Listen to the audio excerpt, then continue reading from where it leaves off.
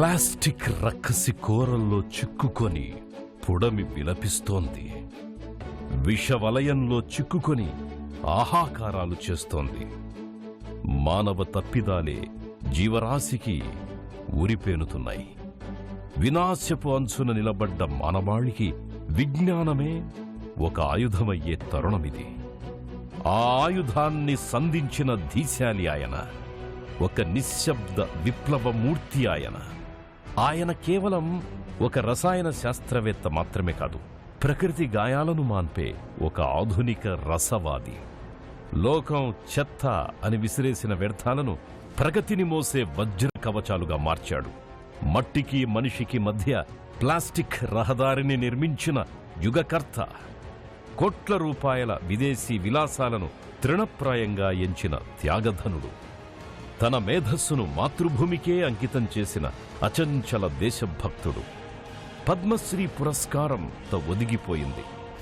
నిరాడంబరత ఆయన వ్యక్తిత్వానికి సాక్ష్యమై నిలిచింది. ఆయన వేసిన మాట కేవలం తారు రోడ్డు కాదు, భావితరాల మనుగడకు అభయహస్తం, ప్రకృతి రక్షణకు నిలువెత్తు కవచం. అవని ఆపద తీర్చే మేధో ధృవతార plastic man doctor Rajagopalan Vasudevan.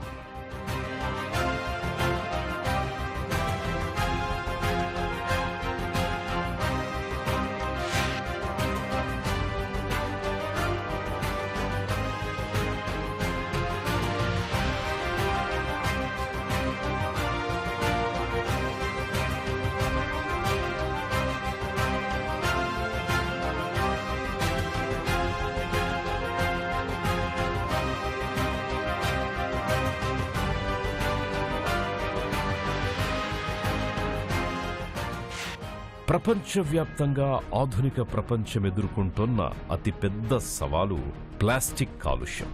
ఈ భూతాన్ని తరిమికొట్టేందుకు ప్లాస్టిక్ వ్యర్థాలను ఒక శాపంగా కాకుండా వరంగా మార్చిన మహనీయుడు డాక్టర్ రాజగోపాలన్ వాసుదేవన్. ఆయన కేవలం ఒక రసాయన శాస్త్రవేత్త మాత్రమే కాదు, భావితరాలకు పచ్చని ప్రకృతిని అందించాలనే తపన కలిగిన ఒక గొప్ప పర్యావరణ యోధుడు.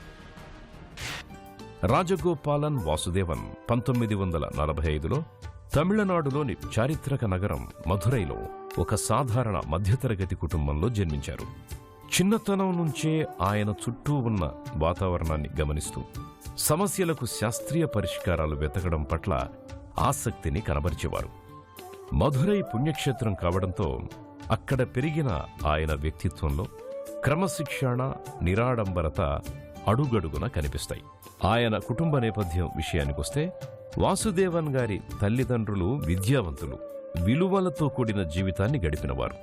తమ కుమారుడిని సమాజానికి ఉపయోగపడే వ్యక్తిగా తీర్చిదిద్దాలని వారు ఆకాంక్షించేవారు.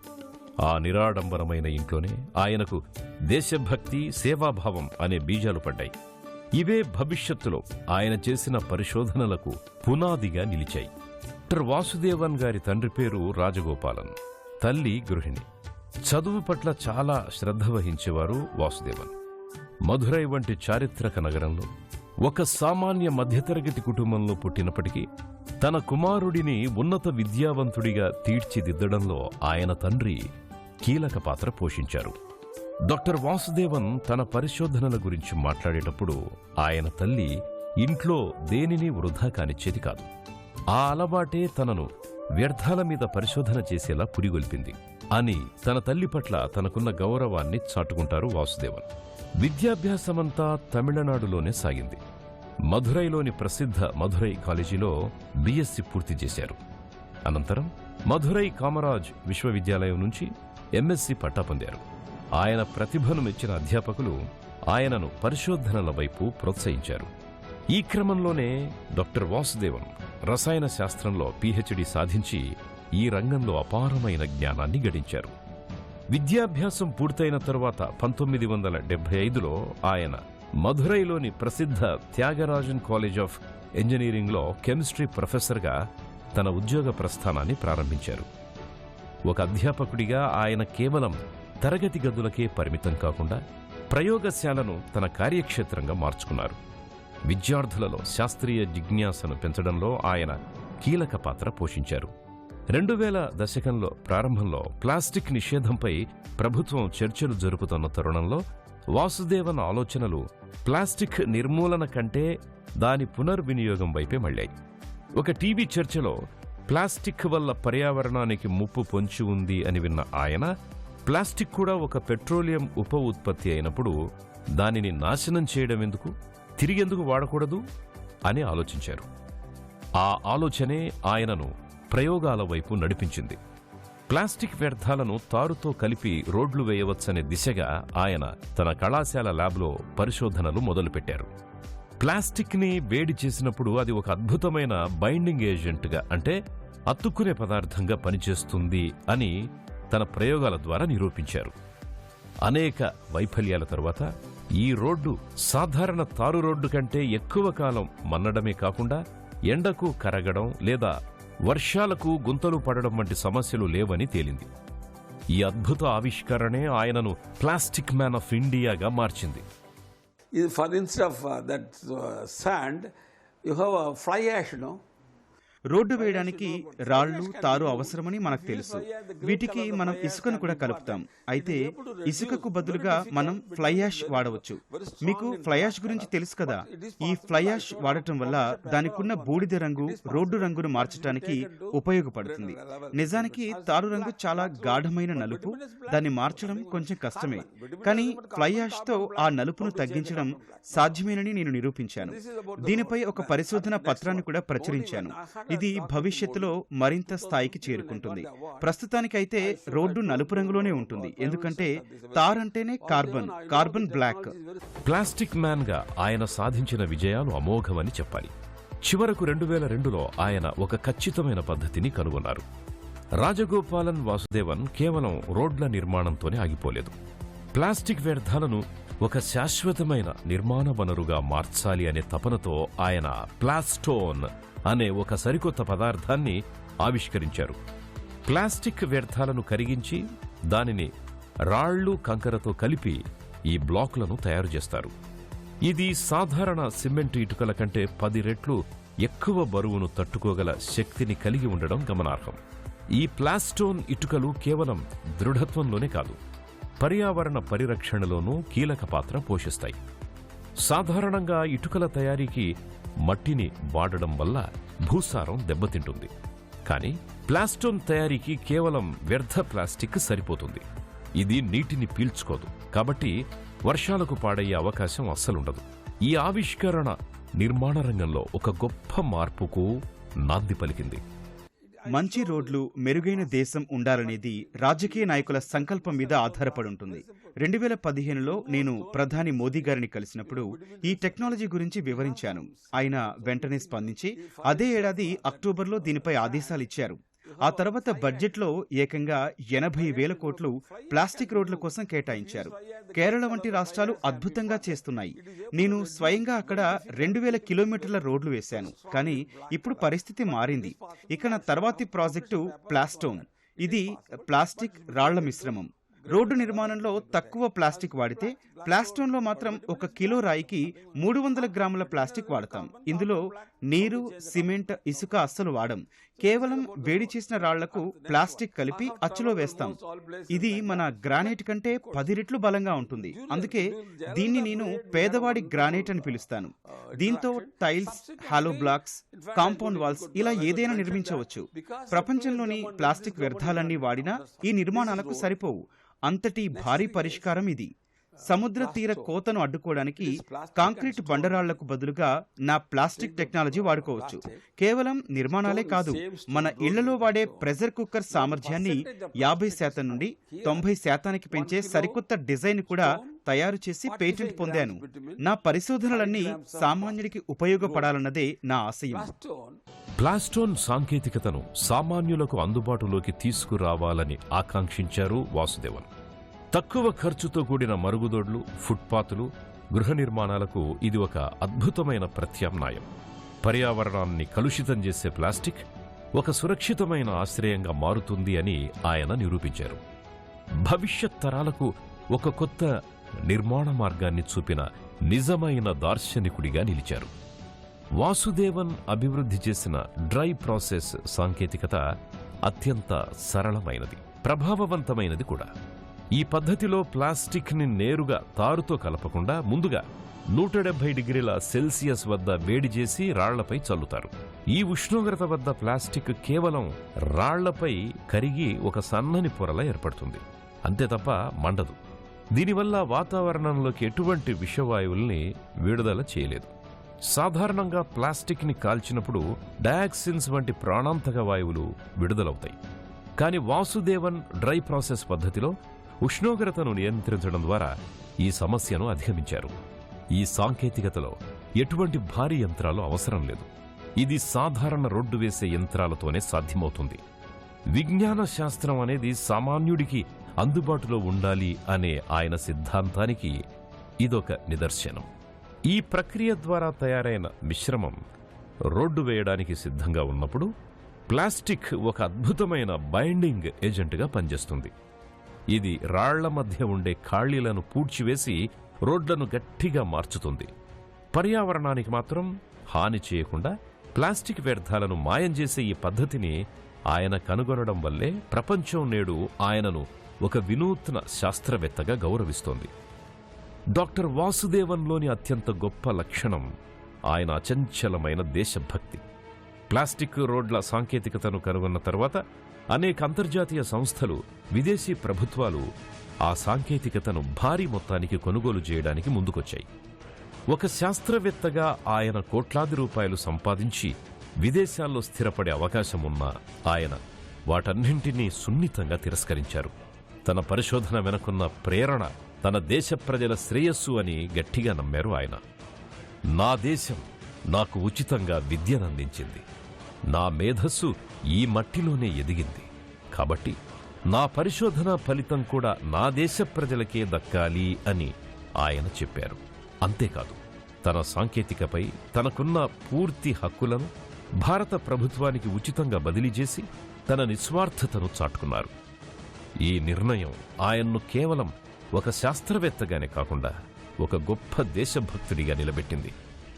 నేడు మన దేశంలోని మారుమూల గ్రామాల నుంచి జాతీయ రహదారుల వరకు ప్లాస్టిక్ రోడ్లు విస్తరిస్తున్నాయి అంటే దానికి ఆయన త్యాగనిరతే కారణం. లాభాపేక్ష లేకుండా తన మేధస్సును సమాజ హితానికి అంకితం చేసిన ఆయన ప్రస్థానం ప్రతి భారతీయుడికి గర్వకారణం. Tiles, we can construct a bathroom, lavatory. లోకం ప్లాస్టిక్ ను వదిలించుకోవాలని చూస్తోంది, కానీ నేను ప్లాస్టిక్ ను వాడుకోమని చెబుతున్నాను. ప్లాస్టిక్ తో కేవలం 12,000 రూపాయలకే పోర్టబుల్ టాయిలెట్స్ నిర్మించొచ్చు. అదే కాంక్రీట్ తో అయితే 35,000 అవుతుంది. ప్రధాని మోదీ నిర్మిస్తున్న కోట్ల కొద్దీ టాయిలెట్ల కోసం ఈ ప్లాస్టిక్ వ్యర్థాలను వాడితే పర్యావరణానికి ఎంతో మేలు జరుగుతుంది. అడవులను నరకకుండా కలపకు ప్రత్యామ్నాయంగా గాజుకు బదులుగా ఇది మనకు లభించింది. సాధారణ తారు రోడ్ల ప్రధాన శత్రువు నీరు. వర్షం పడ్డప్పుడు తారు రోడ్ల లోపలికి నీరు చేరి అవి నెర్రెలిచ్చి గుంతలుగా మారతాయి. కానీ వాసుదేవన్ కనుగొన్న పద్ధతిలో ప్లాస్టిక్ పొర నీటిని లోపలికి రానివ్వదు. దీనివల్ల రోడ్లు వర్షాకాలంలో కూడా పాడవకుండా సాధారణ రోడ్ల కంటే 2 రెట్లు ఎక్కువ కాలం మన్నుతాయి. ఆర్థిక కోణంలో చూసినా ఈ సాంకేతికత ప్రభుత్వానికి భారీగా నిధులను ఆదా చేస్తుంది. ప్రతి కిలోమీటర్ రోడ్డు నిర్మాణంలో దాదాపు 10% తారు వినియోగాన్ని ప్లాస్టిక్ భర్తీ చేస్తుంది. 1 కిలోమీటర్ రోడ్డుకి 1 టన్ను తారు ఆదా అవ్వడమంటే లక్షలాది రూపాయల ప్రజాధనం ఆదా అవ్వడమే కదా. పైగా రోడ్ల నిర్వహణ ఖర్చు కూడా గణనీయంగా తగ్గుతుంది. దీనివల్ల మౌలిక సదుపాయాల రంగంలో విప్లవాత్మక మార్పులు సంభవించాయి. ఈ రోడ్లు అధిక ఉష్ణోగ్రతను కూడా తట్టుకోగలవు. ఎండాకాలంలో సాధారణ తారు రోడ్లు కరిగి మెత్తబడతాయి. కానీ ప్లాస్టిక్ మిశ్రమమున్న రోడ్లు దృఢంగా ఉండి వాహనాల రాకపోకలకు ఆటంకం కలగకుండా చూస్తాయి. పర్యావరణ పరిరక్షణతో పాటు ఆర్థిక క్రమశిక్షణను, మన్నికను జోడించిన ఈ ఆవిష్కరణ ఆధునిక భారతదేశ నిర్మాణంలో ఒక గొప్ప మైలురాయిగా నిలిచిపోయింది. ఈ పద్ధతిలో రోడ్లు వేయడం వల్ల రోడ్డు నిర్మాణ వ్యయం తగ్గడమే కాకుండా తారు వినియోగం కూడా గణనీయంగా తగ్గుతుంది. ప్రతి కిలోమీటర్ రోడ్డుకి సుమారు 1 టన్ను ప్లాస్టిక్ వ్యర్థాలను దాదాపు 10 లక్షల కవర్లు ఉపయోగించవచ్చన్నమాట. ఇది ప్లాస్టిక్ వ్యర్థాల సమస్యకు ఒక శాశ్వత పరిష్కారంగా నిలిచింది. వాసుదేవన్ కృషి ఫలితంగా భారత ప్రభుత్వం 2015లో ఒక చారిత్రాత్మక నిర్ణయం తీసుకుంది. ఈ సాంకేతికతతో తయారైన రోడ్లు వర్షాలు, గోతులు, దెబ్బలు వంటి సమస్యల్ని సులభంగా తట్టుకుంటాయి. ఇప్పటి వరకు 11 రాష్ట్రాల్లో 1,00,000 కిలోమీటర్లకు పైగా ప్లాస్టిక్ రోడ్డు ఈ విధానంతో నిర్మించబడింది. 55 தான், 55 lakhs டன் தான் இருக்குங்க. இப்போ நமக்கு இருக்கிறது 55 lakhs இருக்கு. எனக்கு 1000 வேணும். దేశవ్యాప్తంగా ఇప్పటి వరకు దాదాపు 5 లక్షల కిలోమీటర్ల మేర ప్లాస్టిక్ రోడ్లు వేశారు. సరిహద్దు ప్రాంతాల్లో బార్డర్ రోడ్స్ కూడా వీటిని నిర్మిస్తున్నారు. కానీ విచారకరమైన విషయం ఏంటంటే, నా సొంత రాష్ట్రం తమిళనాడులో మాత్రం ఈ ప్రక్రియ సరిగ్గా జరగడం లేదు. ఇతర రాష్ట్రాల్లో మాత్రం ఈ సాంకేతికత అద్భుతంగా దూసుకుపోతోంది. ఇటీవల హైదరాబాద్ అధికారులతో కూడా చర్చలు జరిగాయి. గుజరాత్, పూణే, మహారాష్ట్ర, రాజస్థాన్ ఇలా 11కు పైగా రాష్ట్రాల్లో ఇప్పటికే ఈ సాంకేతికతను విజయవంతంగా వాడుతున్నారు. డాక్టర్ వాసుదేవన్ తన జీవితంలో ఎక్కువ భాగం మధురైలోని త్యాగరాజర్ కాలేజీలో ప్రొఫెసర్గానే గడిపారు. ఆయన కేవలం పాఠాలు చెప్పే ఉపాధ్యాయుడు మాత్రమే కాదు, విద్యార్థుల ఆలోచనలను మేల్కొలిపే గొప్ప మార్గదర్శి. తరగతి గది 4 గోడల మధ్య ఉండాల్సిన విజ్ఞానం సమాజంలోని సమస్యలను పరిష్కరించడానికి ఉపయోగపడాలి అని ఆయన నిరంతరం బోధిస్తారు. ఆయన తన పరిశోధనలన్నింటినీ విద్యార్థుల భాగస్వామ్యంతోనే చేశారు. కళాశాల ప్రాంగణంలోనే మొదటి ప్లాస్టిక్ రోడ్డును వేయడం ద్వారా ప్రయోగమనేది కేవలం పుస్తకాల్లోనే కాదు, ప్రత్యక్షంగా ఫలితాన్నివ్వాలని ఆయన నిరూపించారు. ఆయన దగ్గర చదువుకున్న వేలాది మంది విద్యార్థులు నేడు ప్రపంచవ్యాప్తంగా వివిధ రంగాలలో ఉన్నత స్థానాల్లో ఉంటూ ఆయన నేర్పిన విలువలను పాటిస్తున్నారు. పదవీ విరమణ చేసినప్పటికీ ఆయన తన పరిశోధనా తృష్ణను మాత్రం వదులుకోలేదు. నేటికి విద్యార్థులతో కలిసి కొత్త ఆవిష్కరణల కోసం శ్రమిస్తున్నారు. యువతరం తమ మేధస్సును విదేశాలకు ధారపోయకుండా స్వదేశీ సమస్యల పరిష్కారానికి వాడాలని ఆయన ఇచ్చే పిలుపు ఎందరో యువ ఇంజనీర్లకు స్ఫూర్తినిస్తుంది. ఒక గురువుగా ఆయన సృష్టించిన ఈ చైతన్యం వెలకట్టలేనిది. Very simple technique, and the fiber blocks you develop, it is about 3.5 kg wide, or concrete is about 4.5. ప్రస్తుతం రోడ్ల నిర్మాణానికి అవసరమైనంత ప్లాస్టిక్ మన దగ్గర పుష్కలంగా అందుబాటులో ఉంది. గతంలో దీని లభ్యత తక్కువగా ఉన్నా ఇప్పుడు దాదాపు 50 లక్షల టన్నుల వరకు అందుబాటులో ఉంది. ఈ వనరులను మనం సరైన పద్ధతిలో సమర్థవంతంగా వినియోగించుకోవాలి. నిజానికి మనకున్న ప్లాస్టిక్ వ్యర్థాలను వృధా చేయాల్సిన అవసరం లేదు. రోడ్డు నిర్మాణంలో తారుతో పాటు కేవలం 10% ప్లాస్టిక్ కలిపితే సరిపోతుంది. కాబట్టి మనం దీన్ని ఎంతగా వాడినా ఎటువంటి కొరత ఉండదు. పైగా పర్యావరణానికి మేలు జరుగుతుంది. ముఖ్యంగా పరిశ్రమల నుండి వచ్చే ప్లాస్టిక్ వ్యర్థాలను మనం అద్భుతంగా వాడుకోవచ్చు. ఉదాహరణకు పేపర్ పరిశ్రమలో పాత కాగితాలను రీసైకిల్ చేసేటప్పుడొచ్చే లామినేటెడ్ ప్లాస్టిక్ రోడ్లు వేయడానికి చాలా అనువైన పదార్థం. ఇలాంటి ప్లాస్టిక్ మనకు భారీగా దొరుకుతుంది. ఆ వనరులను గుర్తించి రోడ్ల నిర్మాణంలో వాడితే ప్లాస్టిక్ సమస్యకు శాశ్వత పరిష్కారం లభిస్తుంది. డాక్టర్ రాజగోపాలన్ వాసుదేవన్ నిస్వార్థ కృషికి గుర్తింపుగా లభించిన పురస్కారాల పరంపర 2012లో రసాయన శాస్త్ర రంగంలో ఆయన చేసిన పరిశోధనలకు దక్కిన విజ్ఞాన భూషణ్ అవార్డుతో వేగం పుంజుకుంది. తదనంతరం 2014లో మౌలిక సదుపాయాల కల్పనలో వినూత్న మార్పులు తెచ్చినందుకు గాను స్కోచ్ గ్రూప్ నుండి స్కోచ్ గోల్డ్ అవార్డును, అదే కాలంలో 2014-15 తాను దశాబ్దాల సేవ చేసిన త్యాగరాజన్ కాలేజ్ ఆఫ్ ఇంజనీరింగ్ నుండి లైఫ్ టైమ్ అచీవ్మెంట్ గౌరవాన్ని అందుకున్నారు. 2015లో తమిళనాడు ప్రభుత్వం నుండి ప్రతిష్టాత్మకమైన డాక్టర్ ఏపీజే అబ్దుల్ కలాం పురస్కారాన్ని పొందగా 2016లో అంతర్జాతీయ సాంకేతిక దిగ్గజం గూగుల్ ఆయనను సోషల్ ఇన్నోవేటర్గా గుర్తించి ప్రపంచవ్యాప్త ఖ్యాతిని కల్పించింది. ఈ విజయ ప్రస్థానంలో మకుటాయమానంగా 2018లో భారత ప్రభుత్వం ఆయనను దేశంలోని 4వ అత్యున్నత పౌర పురస్కారమైన పద్మశ్రీతో సత్కరించింది. వీటితో పాటు వివిధ జాతీయ, అంతర్జాతీయ పర్యావరణ సంస్థల నుండి ఎన్విరాన్మెంటల్ లీడర్షిప్ గౌరవాలు, పలు విశ్వవిద్యాలయాల నుండి గౌరవ డాక్టరేట్లు, విశిష్ట విద్యావేత్త పురస్కారాలను పొందుతూ పర్యావరణ పరిరక్షణలో ఆయన ఒక ధృవతారగా నిలిచారు. And there is a very famous slogan, you may understand, Paritranaya sadhuna vinasaya dushkurdam dharma samstapana sambhami yuge. భగవద్గీతలో చెప్పినట్టు మనం ప్రకృతికి స్నేహితులుగా ఉండాలి.